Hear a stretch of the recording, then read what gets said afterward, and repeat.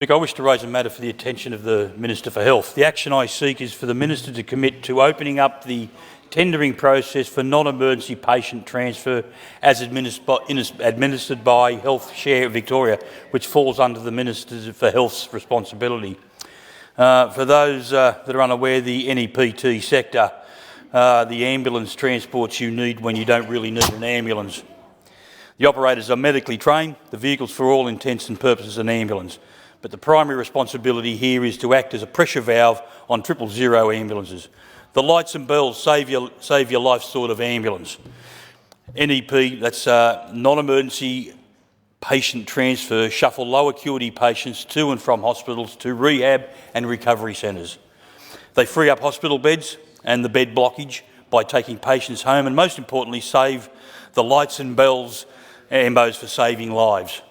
On the 14th of April this year, the Ambulance Services Minister talked up the NEPT as a critical feature of the health system.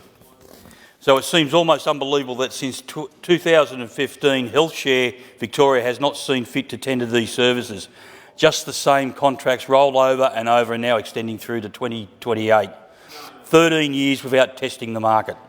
HealthShare Victoria's policy talks about procurement processes needing to support fairness, transparency, probity, security, confidentiality and value for money. How could they possibly know when the market hasn't been tested for almost a decade?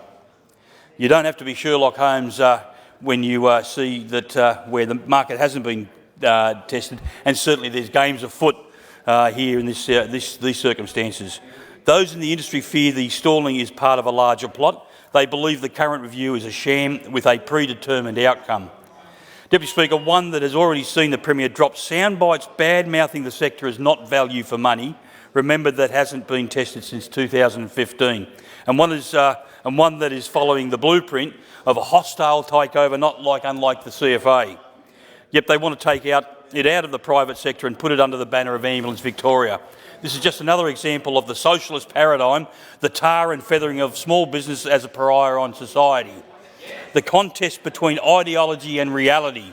Regional areas will be the hardest hit, and I'm hearing the Royal Flying Doctor Service, which provides NEPT services in the Benambra district, is likely to withdraw next month.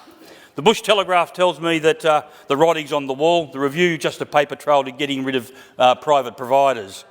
In the interim, without exploring what other opportunities exist, Ambulance Victoria paramedics will be taken off life-threatening emergency responses and onto the shuffling of non-urgent patients.